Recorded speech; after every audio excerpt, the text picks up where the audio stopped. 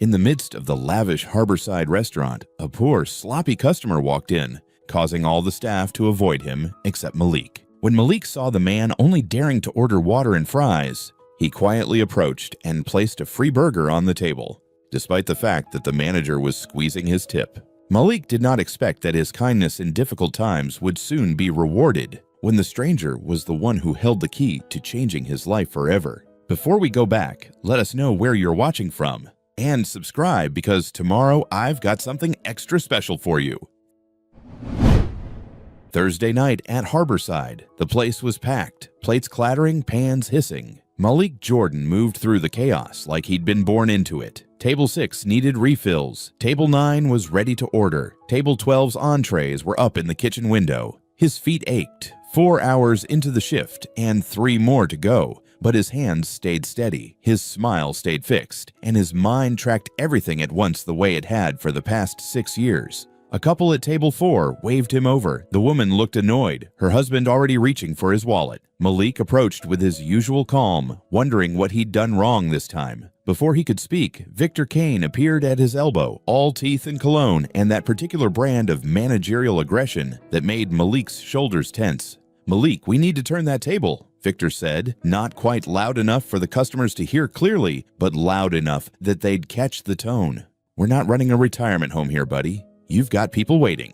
Malik glanced toward the entrance. 2 parties maybe, not exactly a line out the door, but he knew better than to argue. He turned to the couple with an apologetic smile that didn't reach his eyes. "Folks, I'm so sorry, but we do have some guests waiting if you're all finished up," he said, his voice friendly, but firm in that way that meant, "Please don't make this harder than it has to be." The husband's face reddened. The wife grabbed her purse with sharp, angry movements. They stood without a word, the husband dropping a $10 bill on the table, barely 8%, before they walked out. Victor clapped Malik on the shoulder like they were buddies. "See? Efficient. That's what I like to see." Malik said nothing. He cleared the table, reset it, and moved on to table 9, where a family of 4 was ready to order. His jaw ached from smiling. By 10:30, the dining room had finally emptied. Malik's feet throbbed, his lower back screamed, but the worst part was always what came next. "All right, people, let's settle up." Victor called from behind the bar, his voice carrying that false cheerfulness that made Malik want to walk straight out the door and never come back. The servers gathered. Malik, Emma Williams, Jason Davis, Rebecca Moore. All of them tired, all of them watching Victor with that same careful blankness that came from knowing exactly what was about to happen and being powerless to stop it. Victor placed a large glass jar on the bar. "You know the drill, everything goes in. We split it fair." Malik pulled his tips from his apron pocket, $280 in cash, plus the credit card slips he'd collected throughout the night. He'd been counting all evening, the way he always did, keeping a running tally in his head. It was a good night. Not great, but solid. Enough to make a dent in this month's insulin costs. Emma dumped her tips in first, then Jason, then Rebecca. Malik added his last, watching the bills pile up in the jar. Victor turned his back to them, always turned his back, and began counting. The seconds stretched. Malik watched Victor's shoulders, the way his elbows moved, the slight tilt of his head. From this angle, you couldn't see his hands. You couldn't see what those hands were doing. "All right, total comes to $835, Victor announced, turning back around with 4 envelopes in his hands. "Not bad for a Thursday. Could have been better if we'd turned tables faster, but hey, we work with what we've got." Malik's stomach dropped. $835. That couldn't be right. He'd had $280 himself. Emma had been slammed all night. She had to have pulled at least $200. Jason and Rebecca combined probably had another $300 easy. That put them well over $1,000. He took his envelope, opened it. $63. Emma frowned at her share. "This seems kinda low. I had a lot of big tops tonight." Victor's smile didn't waver, but his eyes went cold. "Lots of bad tippers tonight, Emma. What can I say? Some nights are like that." Jason and Rebecca took their envelopes without comment. They'd learned, just like Malik had learned, that questioning Victor led nowhere good. Reduced hours, worse shifts, or just straight up gone, like the 15 people who'd quit this year. "We good?" Victor asked, and it wasn't really a question. They nodded. They dispersed. Malik headed for the employee break room, that tiny windowless space that smelled like old coffee and defeat. He sat on the bench and pulled out his wallet. From the billfold, he removed a worn manila envelope, the edges soft from handling. Lily's college fund was written across the front in his own handwriting, from back when he'd still believed the words meant something. He unfolded a fresh piece of paper from his pocket and wrote in small, careful letters, "Thursday, November 7th. Estimated $280 my tables. Victor gave me 63. He added it to the stack inside the envelope. 48 pieces of paper now. 48 nights, 48 lies that he documented with the grim determination of someone who knew the truth mattered, even if no one was listening. What else could he do? Go to the owner? William Langford probably didn't even know Malik's name. Guys like that didn't sweat the details. They stayed in their offices, looked at profit margins, and trusted people like Victor to handle the ground-level operations. And Victor was handling them, all right, handling them straight into his own pockets. Malik folded the envelope and tucked it back into his wallet. His phone buzzed. A text from his ex-wife. "Lily's prescription is ready. $340 this time. Insurance only covered half." He closed his eyes. $63 tonight. Maybe another 60 or 70 tomorrow if he was lucky. The math didn't work. It never worked. But he'd figure it out the way he always did. Skip a meal here, push a bill there, borrow from the college fund that wasn't really a fund anymore, just an envelope full of evidence that no one would ever see. He stood, grabbed his jacket, and walked out through the kitchen. The night air hit him like cold water. He climbed into his 15-year-old Honda, the one with the check engine light that had been on for 8 months, and sat there for a moment, hands on the wheel. Tomorrow he'd do it all again. Smile at customers who treated him like furniture. Watch Victor steal what little he earned. Go home and try to explain to his daughter why they had to ration her insulin, why college might not happen, why the world was built to grind people like them into dust. He started the engine. It coughed, sputtered, then caught. Just like him, still running, barely. But Malik had no idea that his story didn't start here. 2 nights earlier, high above the city, someone else had already sensed that something was very, very wrong. 2 days ago, the Langford building glowed like a vertical blade of light cutting through the dark winter sky. But the corner office on the 14th floor felt unusually still. William Langford sat behind his wide walnut desk, the city stretching beneath him like a restless ocean of headlights and windows. Normally, the view energized him. Tonight, it only made him feel distance. Distance from the street, from his employees, from the work that used to make sense. He stared at the spreadsheet on his laptop, a neat grid of numbers that should have reassured him.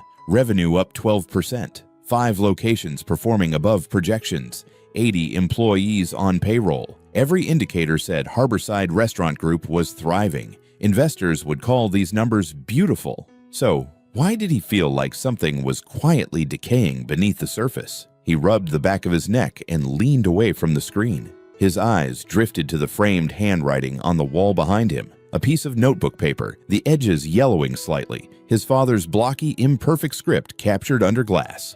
"Your people are your business. Protect them like it." He'd read that sentence thousands of times, but tonight the meaning hit differently. Maybe because he could suddenly hear the man's voice behind it. "Billy, come here a minute," his father had said one night long ago in the cramped, noisy kitchen of the very first Harborside. William had been maybe 17, still figuring out whether he wanted anything to do with restaurants. "You think leadership is keeping your hands clean?" "No," William muttered, trying to be respectful. His father shoved a mop into his hands with a laugh. "Wrong answer. You lead by showing up. You lead by listening, by knowing every person working with you." He pointed at the dishwasher's scrubbing pans. "If you don't know their names, you don't deserve the title." William remembered rolling his eyes then, convinced the world worked differently. 10 years, 5 restaurants, and 100,000 spreadsheets later, he wasn't so sure. His phone buzzed. An email alert. He reached for it absently, expecting a vendor update, a menu change request, something routine. No sender name, no signature. Just a subject line that made his stomach go cold. "Check the tip pool." He frowned, waiting for more text, an explanation, anything. But the body of the email was empty. Just those 4 words. Anonymous emails were almost never worth reading. 99 out of 100 were noise. but this one dug straight under his skin. It felt pointed, urgent. He should delete it. Instead, he opened the scheduling software. The weekly roster appeared on screen, names and shifts laid out in color-coded blocks. At first, nothing seemed strange, but then he saw it. Malik Jordan, one of the senior servers at the flagship location, dependable, skilled, universally liked, moved off Friday dinner shifts, consistently the highest earning shifts of the week, and pushed on to Monday lunch duty. Slow, almost dead, a shift you assign to new hires or underperformers, not someone like Malik. That was the first crack. He opened another system, banking records. Victor Kane, his general manager, made deposits regularly. Nothing wrong with that, but the amounts, 835, 890, 135, not round, not scheduled, not consistent with salary, too frequent, too specific, too strange. A pulse of unease worked its way up William's spine. He clicked again, opening digital copies of credit card receipts. One customer had left a $45 tip, solid, generous. POS logged it correctly, but the tip pool summary listed only $12 credited to that server. His brow furrowed. He opened HR files next. 15 people had quit in the last 6 months. 15 out of 80. Nearly 20% turnover in half a year. High, even for hospitality. Worse, 3 exit interviews referenced the same thing. Management issues. The overhead lights hummed faintly, suddenly loud in the silence. William sat still for a long moment, absorbing everything. Revenue up, morale down, tips disappearing, bank deposits that didn't align with records, schedules manipulated without clear reason. It didn't add up, not in a way he could ignore. His thoughts drifted to Malik, steady, soft-spoken Malik. He remembered him from a company barbecue years ago, standing off to the side with his daughter, Lily. She'd been maybe 7, small, shy, clinging to Malik's pant leg as he guided her around the picnic tables, making sure she got food first, making sure she didn't wander too close to the grill. William remembered thinking, that guy is a good father. And now Malik was being buried in slow shifts. William pushed away from his desk and walked toward the window. From 14 floors up, the streets below looked like veins of light. People were hurrying home from shifts, rushing to night jobs, grabbing late dinners, juggling bills, hoping tips were good enough to cover rent. People like Malik. People like his father once was. People William no longer saw up close. He turned. On the coat rack stood the denim jacket, the one his father wore every day for 20 years. Faded, stained. One sleeve patched with duct tape. After the funeral, William couldn't bring himself to throw it out. He wasn't even sure why. The thing was ugly as sin, but it felt honest. He touched the worn fabric. In the reflection of the window behind it, he saw himself. Expensive suit, polished watch, shoes that cost more than his father's monthly salary back in the day. When had he become this man? When had he stopped showing up? Stopped listening? Stopped knowing the names? He pulled out his phone, opened his calendar. His thumbs moved without hesitation. Undercover Friday night. Flagship location. See it for yourself. He stared at the words. This was ridiculous. He had people for this. Entire teams, procedures, HR protocols. He could call Victor right now, demand answers, suspend him, run an internal audit, check it off the list. But deep down, he knew that wouldn't fix what was broken, because the real problem wasn't Victor. It was the distance. The cracks that had formed between him and the people who actually kept the lights on. The truth, whatever it was, wasn't going to show up in an email or report. It lived on the floor, between the tables, in the quiet conversations at dish pits, in the exhausted eyes of servers finishing double shifts. The only way to see it was to go back down there himself. He saved the note, then pulled up the employee portal. Thursday night, Malik scheduled, Victor managing. Perfect. He sat again at his desk and typed a quick message to his assistant. Cancel everything Friday evening. Personal matter. Unreachable. He hit send before he could reconsider. He leaned back, staring at the ceiling tiles, feeling the weight of the decision settle in his chest. Questions swirled. Who steals from their own staff? How long had this been happening? How many had suffered while he sat up here staring at spreadsheets? And why hadn't he seen it sooner? His father's voice echoed again, clear as if the man were standing beside him. Protect them like it. He whispered into the empty office. I'm trying, Dad. I'm trying. William grabbed his coat, turned off the lights, and headed toward the elevator. The office fell into shadow, leaving only the city's glow behind him. As the elevator descended, 14, 13, 12, he felt something like resolve settle into place. Thursday night, he wouldn't be the CEO. He'd be another tired man walking in off the street, hoping for a hot meal and maybe a little decency. He'd see what Malik saw, what all of them saw, and then, only then, would he decide what came next. Friday night, 6:45 p.m. William Langford stood outside Harborside's flagship location wearing a jacket that smelled like motor oil and regret. He'd found it at a thrift store that afternoon, $8, paint-stained, one pocket torn. His jeans were old, deliberately scuffed. His work boots had seen better days 3 owners ago. In his wallet, he'd left exactly $15 and a driver's license he'd buried under the cash, so no one would see his name without digging. He looked like a guy who'd spent the day on a construction site and had just enough money for something cheap and filling before heading home to an empty apartment. He looked, in other words, like someone Victor Kane wouldn't waste time on.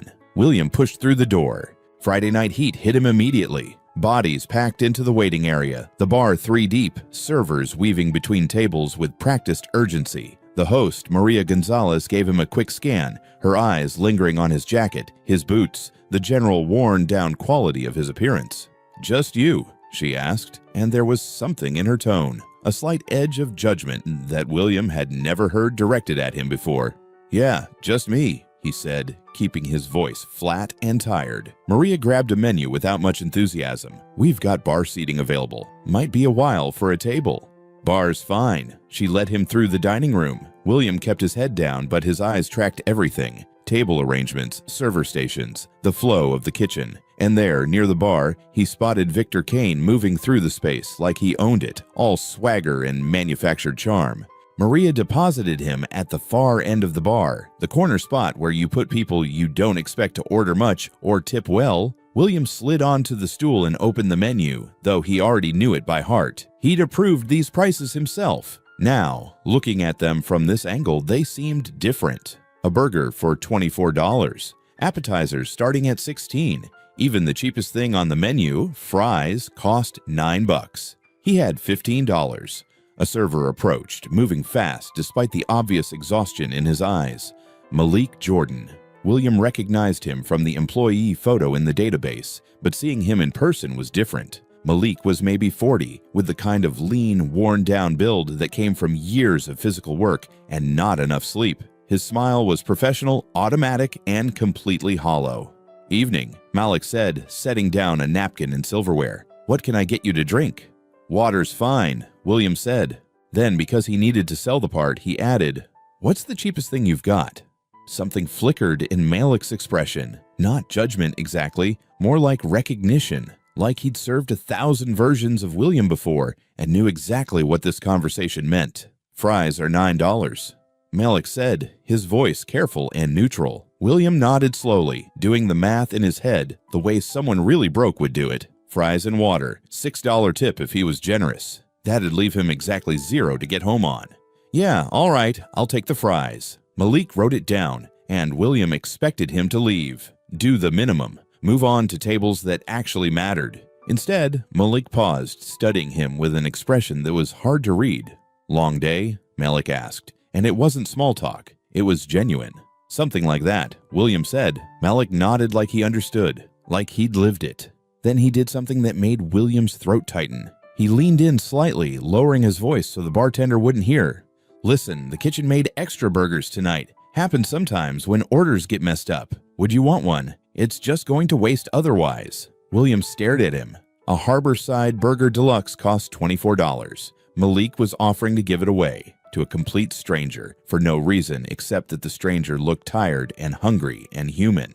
"I can't afford that," William said carefully. "I know," Malik replied. "That's why I'm saying it's extra. Nobody's paying for it. It's just going in the trash if you don't take it." William felt something crack open in his chest. This man who was getting robbed blind every single night by the person who was supposed to protect him, was risking his job to feed someone he thought couldn't afford a meal. "Why would you do that?" William asked, his voice coming out rougher than he intended. Malik met his eyes directly, and for the first time all evening, his expression wasn't carefully managed. It was just honest, because nobody who's working hard deserves to leave here with just fries. And because everyone who walks through that door deserves to be treated like they matter, whether they've got $15 or $1,500. William couldn't speak, couldn't move, couldn't do anything except sit there and feel the full weight of what he'd built, or failed to build, crash down on him. Malik disappeared into the kitchen. William sat frozen at the bar, his mind racing. This was the guy Victor was stealing from. This was the guy getting buried in bad shifts and nickeled and dimed out of tips. And instead of turning bitter, instead of giving up or cutting corners or treating customers like garbage the way plenty of people would, Malik was out here feeding strangers. Malik returned with a plate, full burger, deluxe toppings, sweet potato fries, side salad, even a small chocolate mousse. "Chocolate helps," Malik said, setting it down. "Trust me." William looked down at the food, then back up at Malik. "Thank you. Don't mention it. Seriously, don't." Malik moved off to check on another table. William picked up the burger with hands that weren't entirely steady. The first bite tasted better than anything he'd eaten in months, not because of the food, but because of what it represented: kindness, dignity, the belief that people mattered, the things his father had built Harborside on, the things William had forgotten. He was halfway through the burger when he heard Victor's voice, sharp and cold, cutting through the ambient noise. "Malik, back here. Now." William turned slightly, just enough to see. Victor had Malik cornered near the server station, his body language aggressive, his voice low but furious. "You want to explain to me why you're giving away free meals?" Malik's face went carefully blank. "The burger was extra. Kitchen mistake. I don't care if it fell from the sky. You don't have the authority to give away food. That's a $24 item." The guy couldn't afford. "Not my problem. Not your problem. You want to run a charity? Do it on your own time." Victor crossed his arms. "That $24 is coming out of your tips tonight. And you know what? Your hours are getting cut too. Down to 9 shifts from 11. Maybe that'll teach you not to give away what isn't yours." Malik's jaw tightened, but he said nothing, just stood there and took it. Victor leaned in closer. "You've got a real bleeding heart problem, Malik. That's going to cost you." "Fine," Malik said quietly. "That's it. Fine." Victor walked away, satisfied. Malik stood there for a long moment, his hands clenched at his sides, before he turned and nearly locked eyes with William. For a second, neither of them moved. Then Malik gave him a tiny nod, the kind that said, "It's okay, don't worry about it," and went back to work. But William wasn't okay. His appetite vanished. The burger sat heavy in his stomach, because he'd just watched Malik pay for his meal with money he didn't have, money that had already been stolen from him, because Malik believed people deserved kindness even when the world didn't return it. Victor called it a bleeding heart, like it was weakness. William knew better. How you treat people when nobody's watching, Malik had said earlier. Victor thought nobody was watching. He was wrong. Friday night, 8:20 p.m. William sat at the bar with his hands wrapped around a water glass he wasn't drinking from, watching Malik move through the dining room like nothing had happened, like he hadn't just been penalized $24 and 2 shifts for the crime of being decent. The burger sat half-finished on William's plate. He couldn't take another bite. Every piece of this meal had cost Malik something he couldn't afford to lose, and the weight of that knowledge pressed down on William's chest like a physical thing. Malik stopped by his table one more time before the rush really hit, his professional mask back in place, though William could see the exhaustion bleeding through around the edges. "How's everything tasting?" Malik asked, and his voice was steady, friendly even, like Victor hadn't just gutted his paycheck 5 minutes ago. "It's good," William managed. "Really good. But listen, I heard what happened back there. I don't want you getting in trouble because of me." Malik's expression shifted slightly, softening into something more real. He glanced over his shoulder, checking to see if Victor was watching, then leaned in just enough that his voice wouldn't carry. "Don't worry about it. Some things matter more than money." He straightened up, that professional smile returning. "Besides, chocolate helps, trust me."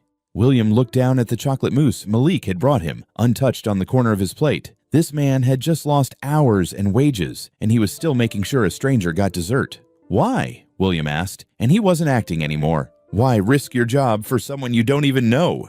Malik was quiet for a moment, his eyes tracking to a table where a young couple was arguing in hushed tones, to an elderly man eating alone by the window, to a family with 3 kids who were making a mess and clearly stressing their parents out. Then his gaze came back to William. Because I've been that guy at the bar with $15 trying to figure out if I can afford to eat and still have bus fare home. And I've been that guy wondering if anyone in the world gives a damn whether I exist. Malik's voice dropped lower, more intense. So yeah, I'm going to treat people like they matter because they do, even if it costs me.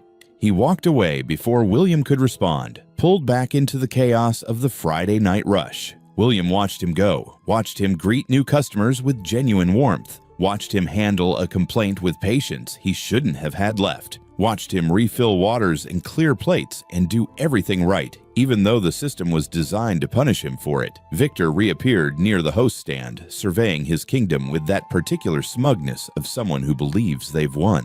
He caught William's eye for a brief second, and William had to force himself not to react, not to let anything show on his face that might give him away. Instead, he pulled out his wallet and counted what was left. $15. He left 10 on the bar for Malik, more than half of what he'd walked in with, and kept 5 for appearances. Then he stood, nodded once toward Malik, who was too busy to notice, and headed for the door. But he didn't leave. Not really. He circled around to the alley behind the restaurant where employees parked, where the kitchen exhaust vented steam into the cold night air, where dumpsters lined up against brick walls, and security lights cast everything in harsh white glare. He found a spot in the shadows where he could see the back entrance and waited. 15 minutes passed, then 30. The dinner rush was still going strong inside, but out here, it was just William and the distant sound of traffic and the smell of fryer oil. Finally, the back door opened. Malik stepped out, jacket pulled tight against the November cold, his shoulders slumped with exhaustion that he didn't have to hide anymore. He stopped just outside the door, leaning against the brick wall for a moment like he needed it to hold him up. Then he reached into his jacket and pulled out that manila envelope, the one marked Lily's college fund. William's breath caught. He pressed deeper into the shadows, watching as Malik unfolded a piece of paper and wrote something on it with a pen he'd pulled from his apron. Even from this distance, William could see the careful precision in Malik's movements, the way he held the paper close to the security light to see what he was writing. Malik added the paper to a stack inside the envelope, and for just a second his face crumpled, not crying, not breaking down, just this brief moment of raw pain before he forced it back under control. He tucked the envelope away, straightened his shoulders, and walked toward a beat-up Honda that had seen better days. The car coughed when he started it, sputtered twice, then caught. Malik sat there for a moment with his hands on the wheel, staring at nothing. Then he drove away, taillights disappearing into Boston traffic. William stayed in the shadows for another minute, processing what he'd just seen. Malik was documenting everything, every shift, every theft, every lie, building a case that no one would ever look at because guys like Malik didn't have power, didn't have platforms, didn't have anyone listening. But William was listening now. He pulled out his phone and sent a text to his IT director. "Need you in the office tomorrow morning, 7 a.m. Urgent. Bring access codes for security footage, all locations." The response came back almost immediately.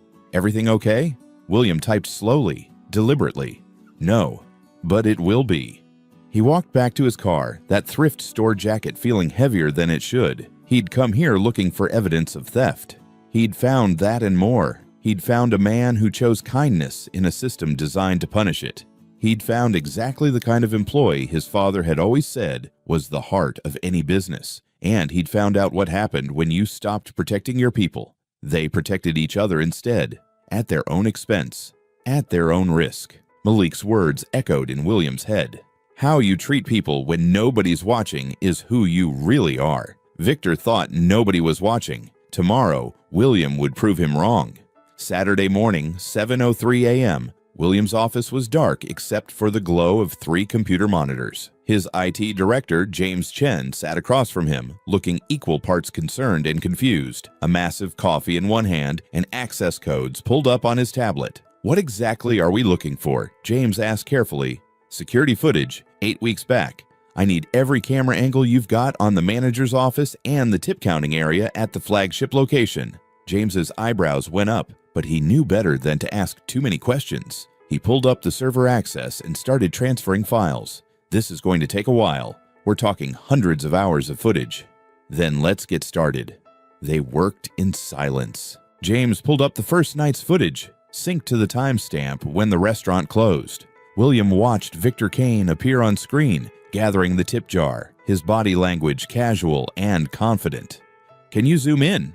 William asked. James adjusted the angle. The resolution was good enough to see Victor turn his back to the servers, good enough to see his hands moving as he counted, good enough to see the moment he palmed bills and slid them into his jacket pocket before turning around to announce the total. William's jaw tightened. Next night, they went through it systematically. November 7th, November 6th, November 5th. Each night, the same pattern. Victor turning away, Victor counting, Victor stealing. Not every night. He was smart enough to be inconsistent, but often enough that the numbers added up fast. By 9 a.m., William had filled a legal pad with notes, dates, amounts, camera angles. James had pulled the corresponding POE's data, matching what customers actually tipped against what Victor reported to the tip pool. The discrepancies were staggering.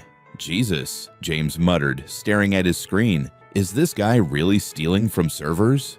"Yes." William didn't elaborate. He was too focused on the pattern forming in front of him. "Pull up November 7th, the night I was there." James found the footage.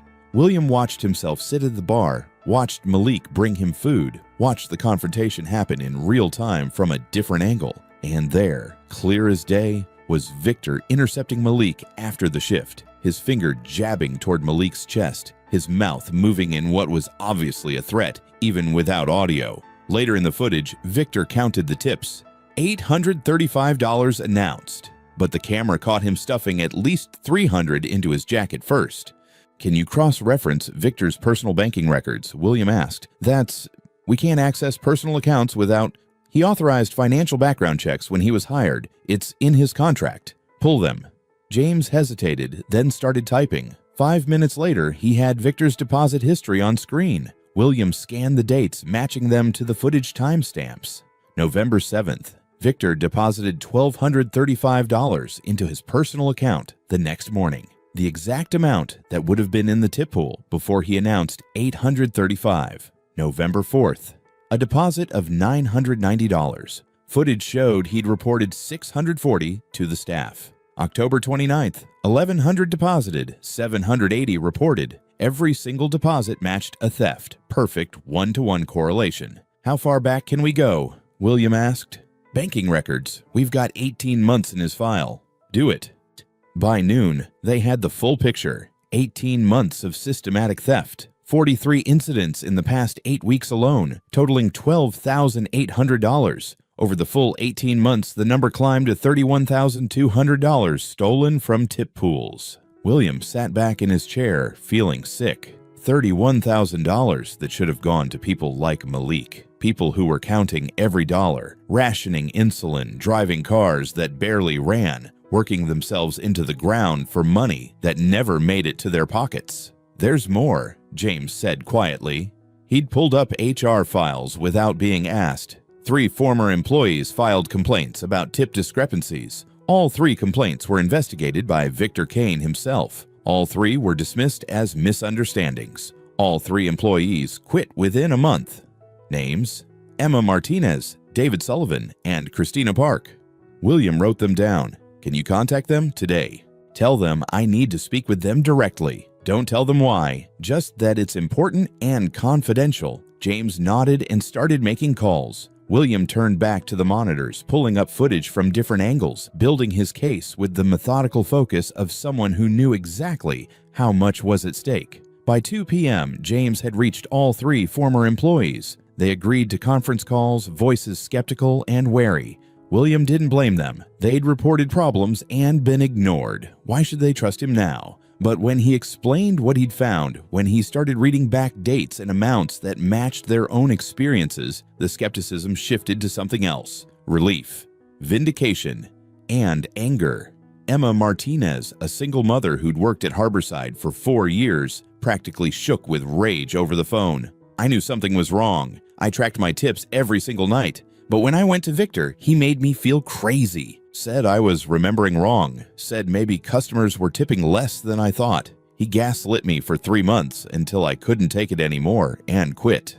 How much do you estimate he took from you? William asked. At least $8,000, maybe more. David Sullivan had a similar story. So did Christina Park. Together, the three of them confirmed a pattern that stretched back before William even had the footage to prove it. Victor had been running this scheme for years, and he'd gotten away with it because he was the one who investigated complaints about himself. The system was designed to protect the thief. By 4 p.m., William had everything he needed: video evidence from 43 separate incidents, bank records showing deposits that matched the theft amounts down to the dollar, testimony from 3 former employees, POS data showing the actual tips versus what was reported, and most damning of all, the clear footage of Victor pocketing cash while his employees watched, trusting him to be fair. William pulled out his phone and drafted an email to every employee at the flagship location. Mandatory meeting Monday morning, 10 a.m. Attendance required, no exceptions. He hit send, then leaned back in his chair and stared at the frozen image on his center monitor. Victor Kane, hand in his jacket pocket, smile on his face, stealing from people who couldn't afford to lose a single dollar. James was watching him carefully.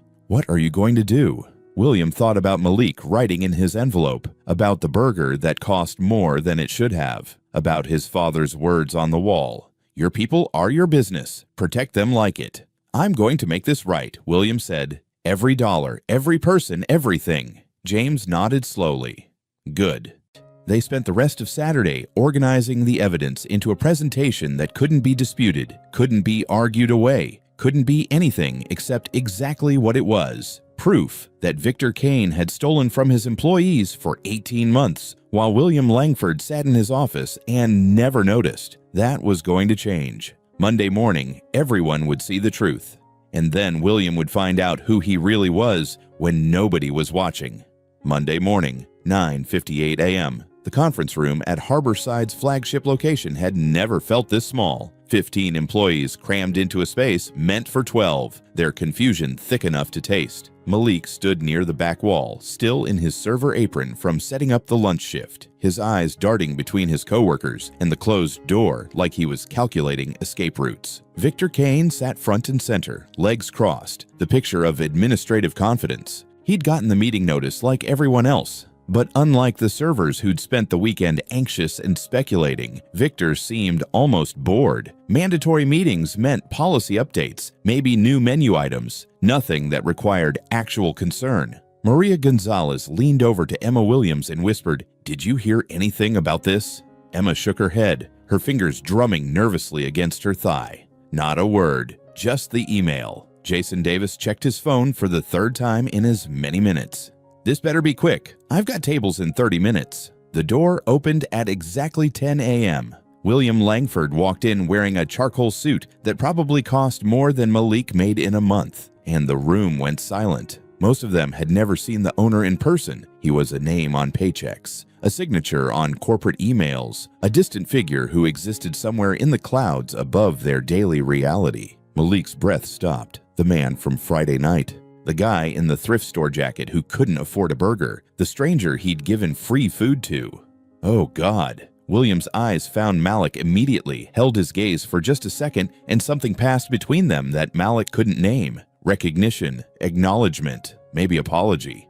Oh my God, Malik breathed, so quiet that only Emma heard him. The man from Friday night. It was the owner. Victor's posture shifted. He uncrossed his legs, sat up straighter, his expression cycling rapidly from confusion to concern to carefully managed neutrality. "Mr. Langford, we weren't expecting you. Is there something we can help with?" William set his laptop on the table and connected it to the projection screen without answering. The screen flickered to life, showing nothing yet except a blue background. He turned to face the room, his expression unreadable. Friday night. I sat at the bar in this restaurant wearing an $8 jacket from Goodwill. I had $15 in my wallet. I ordered water and fries because that's all I could afford. The room was dead silent. Malik felt his face go hot, felt every pair of eyes shift toward him. William continued, his voice calm but carrying an edge like broken glass. Malik Jordan brought me a $24 burger and told me it was kitchen waste. He gave me sweet potato fries, a salad, and chocolate mousse. He did this because he believed that someone who'd worked hard all day deserved more than fries, regardless of what they could pay. Victor's face had gone pale. His hands gripped the armrests of his chair. And then Victor Kane punished him for it. Docked him $24 from his tips that night. Cut his hours from 11 shifts down to 9. Called him a bleeding heart, like compassion was something to be ashamed of. Emma's hand flew to her mouth. Jason leaned forward, his eyes locked on William. Maria had stopped breathing. William clicked his laptop. The projection screen filled with security footage. The timestamp read November 7th, 10:31 p.m. This is the tip counting from Friday night. Watch carefully. The footage played. Victor gathering the servers. The glass jar. Everyone dumping in their tips. And then Victor turning his back, his shoulders blocking the view, his hands moving in ways that were clear even without seeing the details. "You can see here," William said, his voice neutral like he was narrating a nature documentary instead of exposing theft. "Victor Kane is counting tips while positioned, so his staff cannot see his hands. Now watch what happens next." The footage continued. Victor's left hand dipped into the jar. His right hand moved toward his jacket pocket. The motion was quick, practiced, barely noticeable unless you were looking for it. But the camera angle caught everything. Bills disappeared into Victor's pocket. He took approximately $300 from the pool before announcing the total as $835. William clicked to the next slide. A bank statement appeared on screen. The following morning, Victor deposited $1,235 into his personal checking account, the exact amount that would have been in the tip pool before he removed $300. Victor shot to his feet. "This is insane. I don't know what you think you saw, but sit down." William's voice wasn't loud, but it cut through Victor's protest like a blade. "I'm not finished." Victor sat, but his jaw was clenched so tight Malik could see the muscles jumping in his cheek. William clicked through more footage. Different nights, different dates. Each one showing the same pattern. Victor turning away. Victor taking money. Victor lying about the totals. This happened 43 times in the past 8 weeks alone. I have footage of every single incident. The total amount stolen in that time period is $12,800. Gasps rippled through the room. Emma had tears streaming down her face. Jason looked like he might be sick. Rebecca Moore sat frozen, her hands clasped so tight her knuckles had gone white. But it goes back further. William pulled up a spreadsheet, rows and rows of dates and dollar amounts. "I've analyzed 18 months of data. Victor Kane has systematically stolen $31,200 from tip pools. That's $31,000 that should have gone to you, to the people who earned it." Malik couldn't move, couldn't breathe. The numbers were bigger than he'd imagined, worse than he'd feared. $31,000. How many insulin prescriptions? How many car repairs? How many rent payments? How much of Lily's college fund had never existed because of this man? William turned to face Victor directly. "I spoke with 3 former employees over the weekend. Emma Martinez, David Sullivan, and Christina Park. All 3 filed complaints about tip discrepancies. All 3 complaints were investigated by you, dismissed as errors, and all 3 employees were gone within a month. Would you like to explain that?" Victor's face had gone from pale to red. "Those were legitimate investigations. I followed protocol. If they weren't satisfied with the results, you investigated yourself." William's voice was ice.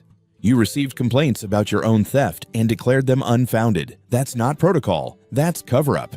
I want a lawyer." Victor stood again, this time moving toward the door. "I'm not discussing this without legal counsel." "Fine, you'll need one." William didn't move to stop him. "But before you go, I want everyone in this room to see something."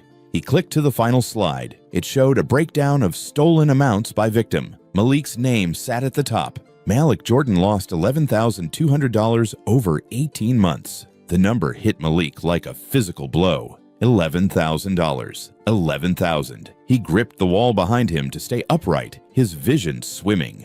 Jason Davis, $9,558. Rebecca Moore, $6,184. Emma Williams, $5,932. William read through every name, every amount, while Victor stood frozen by the door, and the employees sat in various states of shock and rage. When he finished, William turned back to Victor one final time. "You're fired, effective immediately. You have 10 minutes to collect your personal belongings before security escorts you out. You will not speak to any employee. You will not return to this property. And if you have any sense at all, you'll contact a lawyer because this is going to get worse before it gets better for you." Victor's mouth opened and closed like a fish drowning in air. Then he turned and walked out, his footsteps echoing in the hallway until they faded completely. The conference room erupted. Emma was sobbing openly now. Jason had his head in his hands. Maria was cursing in Spanish, a steady stream of words that needed no translation. Rebecca just stared at the screen,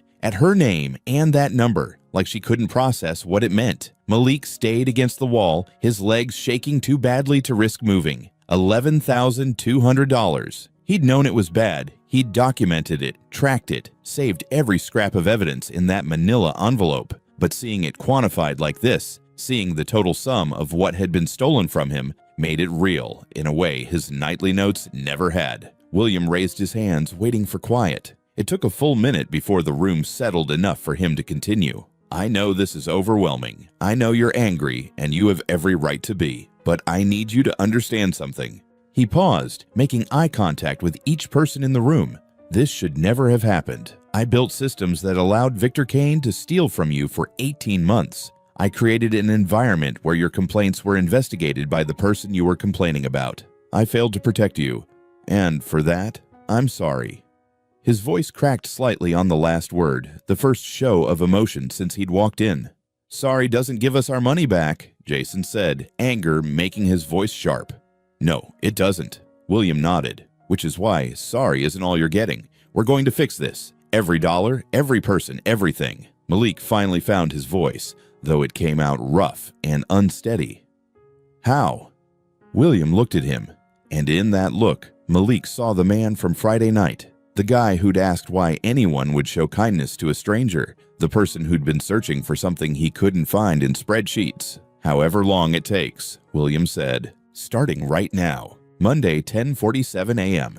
The conference room had mostly emptied. Emma had gone outside to call her sister, still crying. Jason and Rebecca were in the hallway talking in low, intense voices. Maria had returned to the host stand because lunch service waited for no one, even corporate disasters. Malik remained. He sat now in one of the conference room chairs, his elbows on his knees, his head in his hands. William had asked him to stay, said they needed to talk, but for the moment neither of them spoke. William pulled up a chair and sat across from him, maintaining a respectful distance. He'd closed his laptop. The projection screen was dark. It was just two men in a too small room, trying to figure out what came next. "I've been keeping records," Malik finally said, his voice muffled by his hands. "Every night, every amount I thought I should have gotten versus what Victor gave me. I wrote it down." "I know." William's voice was gentle. "I saw you Friday night in the parking lot. You were writing in an envelope." Malik's head came up. "You saw that?" "I didn't leave when you thought I did. I needed to see the whole picture." William leaned forward slightly. "How long have you been documenting this?" 48 nights, almost 2 months. Malik pulled the envelope from his jacket pocket, worn soft from carrying Lily's college fund, barely legible now. "I didn't know what else to do. Nobody was going to believe a server over a manager, but I thought maybe if I had proof, if I could show the pattern." He trailed off, the futility of it settling over him again. What good were 48 pieces of paper against a system designed to ignore him? "Your documentation matches my data almost perfectly," William said. "The dates, the amounts. You were right about all of it." Malik laughed, but there was no humor in it. "Great. I was right about being robbed. What do I win?" "Your money back. With interest." Malik's eyes snapped up. "What?" William stood and walked to his laptop, pulling up a new spreadsheet. "I'm refunding every dollar Victor stole, every person he took from, and because you all should have had access to that money for months or years and didn't, I'm adding 18% interest. It's the least I can do for the time value you lost." He turned the laptop toward Malik. There was his name, and next to it, 13/216. Malik stared at the number. $13,216. His vision blurred. His hands started shaking. That was more money than he'd seen in one place in his entire life. That was Lily's insulin for a year. That was car repairs and overdue bills, and maybe enough left over to actually start a college fund that meant something. I can't. His voice broke. He tried again. I can't accept that. Yes, you can. It's yours. It was always yours. I'm just returning what was stolen. The shaking in Malik's hands spread to his arms, his shoulders, his whole body. He tried to hold it together, tried to maintain some dignity, but the weight of 18 months crashed down on him all at once. Every shift where he'd smiled through the theft, every night he'd driven home wondering how to make the numbers work, every time he'd looked at Lily and known he was failing her, he collapsed forward, his face in his hands, and sobbed, full body shaking, the kind of crying that comes from a place too deep for words. William said nothing, just sat there and let him break apart. It took several minutes before Malik could breathe normally again. When he finally looked up, his face was wet and his eyes were red, but something had loosened in his chest. Sorry, he muttered, wiping at his face with his sleeve. Don't be. William's expression was soft, sad. You've earned the right to fall apart. Malik laughed again, wet and shaky. Yeah, I guess I have. William stood and pulled a check from his jacket pocket, already made out. He set it on the table between them. $13,216, written in precise handwriting. Malik Jordan on the payee line. Malik picked it up with trembling fingers. The paper felt impossibly light for what it represented. There's more, William said quietly. The money is just the start. I'm making structural changes, real ones. He pulled up another document on his laptop, a bulleted list that he read aloud. Effective immediately, mandatory tip pooling is terminated. Servers keep their own tips. The POS system will track all tips automatically and generate weekly reports that get posted publicly for staff review. There's a new anonymous hotline that reports directly to me, bypassing all management. Zero tolerance policy for retaliation. Anyone who penalizes an employee for reporting concerns or treating customers with kindness gets fired, no exceptions. And a full external audit of all financial practices across all 5 locations. Because if this was happening here, I need to know if it's happening anywhere else. Malik listened, watching William's face as he spoke. This wasn't corporate speak. This was someone who'd seen how badly the system had failed and was tearing it down to rebuild it right. Why? Malik asked.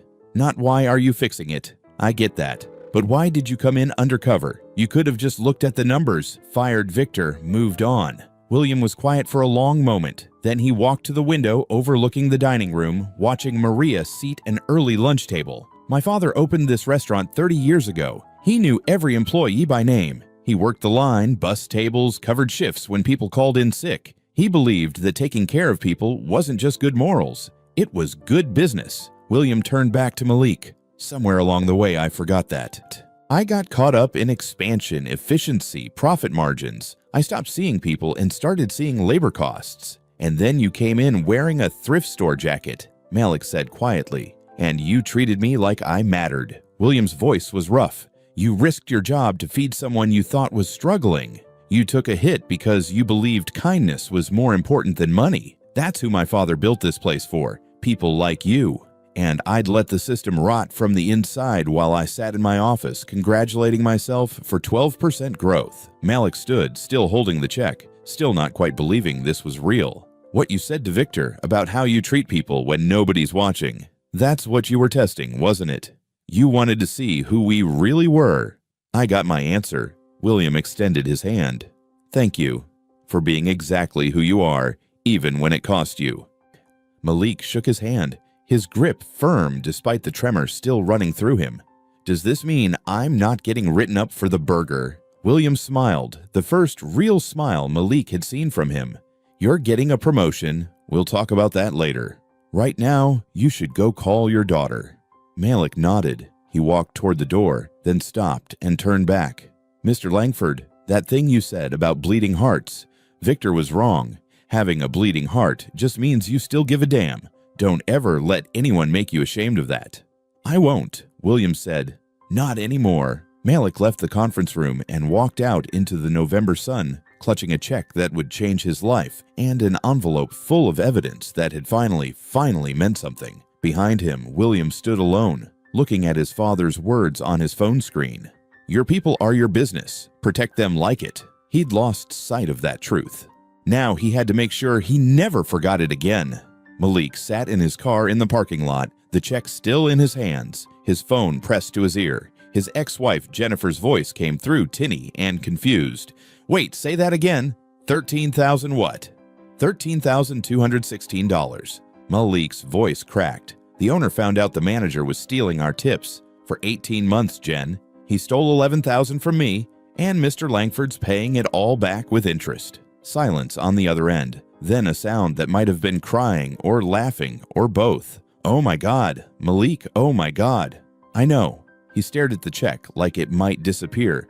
I can pay for Lily's insulin the whole year and the car repair. And I can start actually saving. Come over tonight, please. Lily needs to see you.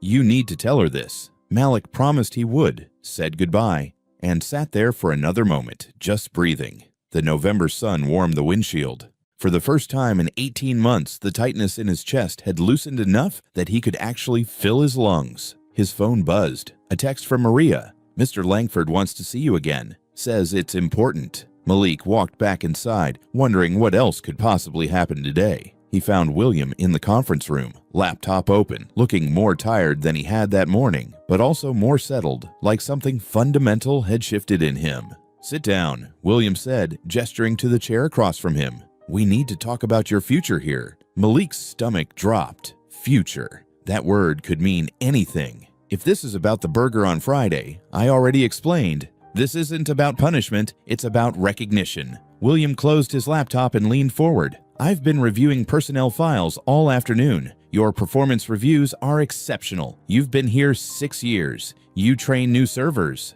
You handle complaints better than most managers I've seen. You de-escalate conflicts. You make customers feel valued even on your worst days. Malik shifted uncomfortably. I'm just doing my job. No, you're not. What you do goes beyond job requirements. William pulled out a folder. I'm offering you the position of Assistant General Manager, 35% salary increase. You'll oversee training, handle scheduling, and work directly with me on implementing the new oversight systems. The words hit Malik like a physical thing. Assistant General Manager, a real salary, not just tips and hope. The kind of position that came with stability, benefits, a title that meant something. I don't know what to say. Malik's voice was barely above a whisper. Say yes. You've proven you understand what this place should be. You treat people with dignity even when the system punishes you for it. That's not service, Malik. That's leadership. Malik thought about Lily, about the insulin prescriptions that kept coming every month with price tags that made his hands shake, about the college fund that had become a collection of evidence instead of hope, about every night he'd driven home wondering how much longer he could keep this up. What about benefits? The question came out before he could stop it, sounding desperate and small. William didn't flinch. Full health insurance, dental, vision, and here's the part I need you to really hear. He pulled up another document on his laptop, turning it so Malik could see. Dependent coverage, zero copay for chronic disease management. Malik's breath stopped. Chronic disease management. That meant Lily's diabetes. That meant insulin wouldn't cost $340 a month anymore. That meant doctor visits, monitoring supplies, emergency care, all of it covered. You're serious? It wasn't a question. Malik could see the line item right there in the benefits package, could see the words that would change everything. Completely serious. Your daughter deserves the care she needs. You deserve not to have to choose between her health and paying rent. Something broke open in Malik's chest, not the same way it had that morning when he'd seen the check. This was deeper, more fundamental. This was the terror he'd been carrying for years, the fear that one bad month, one unexpected expense, one coverage denial would mean Lily suffered, finally being lifted off his shoulders. He collapsed into the chair, his whole body shaking with sobs he couldn't control, full, wrenching cries that came from a place beyond words. William said nothing, just pushed a box of tissues across the table and waited. When Malik could finally speak, his voice was raw. I've been rationing her insulin. Not much. Just enough to make it stretch between paychecks. I know it's dangerous. I know it could kill her. But I didn't have a choice. You have a choice now. William's voice was gentle. Take the position. Take the insurance. Take care of your daughter the way she deserves. Malik wiped his face, his hand still trembling. "Why are you doing this? Really, you could have just paid us back and moved on." William was quiet for a moment, his gaze distant. "Because Friday night, you showed me what this business is supposed to be about. You risked everything for a stranger because you believed people mattered more than profit. That's the principle my father built Harborside on, and I'd forgotten it. You reminded me." "So this is gratitude?" Malik asked. "This is justice. You've been leading without the title or the pay for years. I'm just making it official." Malik looked down at his hands, at the calluses from carrying trays and the burned scars from hot plates, and the evidence of 6 years spent serving people who rarely saw him as fully human. Then he looked up at William and saw something he hadn't expected: genuine respect. "I'll take it," Malik said. "The position. All of it. Thank you." William stood and extended his hand. "Thank you for not giving up, for keeping your humanity when the system tried to grind it out of you, for being exactly who we needed, even when no one was watching." They shook hands, and Malik felt the weight of 18 months finally release its grip. The check in his pocket, the promotion, the insurance that meant Lily would be safe. It was too much to process, too big to feel real, but it was real. The evidence was right there in William's eyes, in the contract he was already pulling up, in the future that had suddenly opened up, where before there'd been only exhaustion and fear. Malik walked out of that conference room a different person than he'd walked in, not because of the money or the title, though those mattered, but because someone had finally seen him, really seen him, and decided he was worth protecting. 3 months passed before Malik fully believed his life had actually changed. The first paycheck with his new salary hit his account, and he stared at the number for a full hour, waiting for it to disappear. It didn't. The second month, Lily's insulin prescription came through with a $0 copay, and he cried in the pharmacy parking lot. The third month, he started sleeping through the night for the first time in years. Now he stood in the Harborside dining room during the pre-shift meeting, wearing a button-down shirt that actually fit and looking at 3 new servers who were nervous in that way all new servers were, wondering if they'd made a mistake taking this job. "All right, listen up," Malik said, his voice carrying the authority that came from having earned every word. "I know you're scared. First restaurant job is always scary. But I'm going to tell you the most important thing you need to know about working here, and I need you to really hear it." The 3 servers, 2 college students, and a single dad named Marcus, who reminded Malik painfully of himself, leaned in. "Every person who walks through that door matters. I don't care if they're wearing a suit or work boots. I don't care if they ordered the most expensive thing on the menu or just coffee and fries. You treat them with dignity. You treat them like they're human, because they are, and that's what we do here." One of the college students, a girl named Sophie, raised her hand tentatively. "What if they're rude or demanding?" "Then you stay professional and kind anyway, not because they deserve it necessarily, but because you do. Because how you treat people when nobody's watching is who you really are." Malik paused, thinking about his father who'd taught him that, about William who'd proven it mattered. "My dad used to say that the measure of a person is how they treat people who can't do anything for them. That's the standard here. That's what Harborside means." Marcus nodded slowly. "And management has our backs?" "Absolutely. You see something wrong, you report it. There's an anonymous hotline now, and if someone retaliates against you for doing the right thing, they're gone. That's a promise."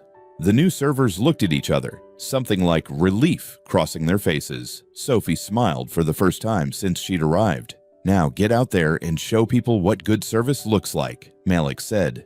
"Questions, you come find me. I'll be on the floor with you." They scattered to their stations. Malik watched them go, remembering his own first shift 6 years ago, how terrified he'd been, how certain he was that he'd mess everything up. Nobody had told him then that kindness was the point. He'd figured it out himself, and it had nearly cost him everything. These kids wouldn't have to learn that the hard way. Movement in the corner caught his eye. A man in work clothes, paint-stained jeans and boots that had seen better days was being seated at the bar by the new host. The guy looked exhausted, the kind of bone-deep tired that came from physical labor and not enough sleep. Malik grabbed a menu and walked over, settling into the familiar rhythm of approaching a table. But this time, there was no fear underneath it. No anxiety about whether he'd make enough tips. No dread about what Victor might do later. Just the work itself, the way it was supposed to be. "Evening," Malik said, setting down the menu. "I'm Malik. What can I get you?" The man looked up, and Malik saw the quick calculation in his eyes. The assessment of the menu prices against what was probably in his wallet. The resignation that came with knowing you couldn't afford what you wanted. "Just water and fries, I think," the man said quietly. Malik nodded, writing it down. Then he leaned in slightly, his voice low and conspiratorial. "Between you and me, the kitchen made extra chicken tonight. It's just going to waste if someone doesn't eat it. You interested?" The man's eyes widened. "I can't afford." "Didn't ask if you could afford it. Asked if you were interested." A smile broke across the man's face, small but genuine. Yeah, I'd appreciate that." "You got it. Be right back." Malik walked toward the kitchen, passing the table where Lily sat doing her homework, her insulin pump visible on her hip, but no longer something that made his chest tight with fear. She looked up and waved. He waved back, his heart full in a way it hadn't been in years. In the corner office that overlooked the dining room, William Langford sat with a documentary filmmaker talking about wage theft in the restaurant industry. The filmmaker had reached out after hearing about what happened at Harborside, wanted to tell the story as a warning to other workers. $15 billion a year, William was saying, looking directly into the camera. That's how much is stolen from American workers through wage theft. Tips, overtime, breaks. It adds up. And the people it hurts most are the ones who can least afford it. The filmmaker leaned forward. "What would you say to employees who suspect they're being stolen from?" "Document everything, every shift, every tip, every discrepancy. Write it down with dates and amounts, because proof matters. Your truth matters." William's voice was firm.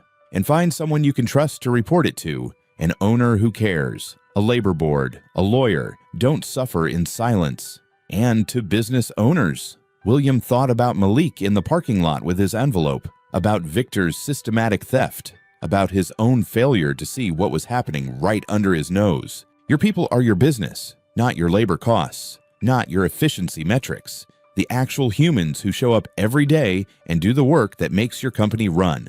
Protect them fiercely, build systems that make theft impossible and whistleblowing safe. And if you can't be bothered to do that, then you don't deserve to call yourself a leader." The filmmaker nodded, satisfied.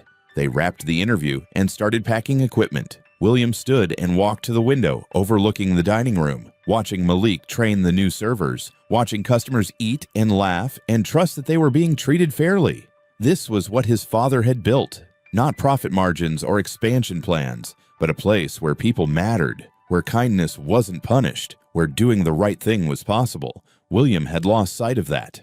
But he'd found it again in a thrift store jacket and a burger he couldn't afford, in a man who'd chosen compassion over self-preservation, in the realization that the numbers on spreadsheets represented actual human lives. He wouldn't forget again. Down on the floor, Malik delivered the extra chicken to the man at the bar, along with sides he hadn't ordered and a chocolate mousse for good measure. "Chocolate helps," Malik said with a smile. "Trust me." The man's eyes filled with tears.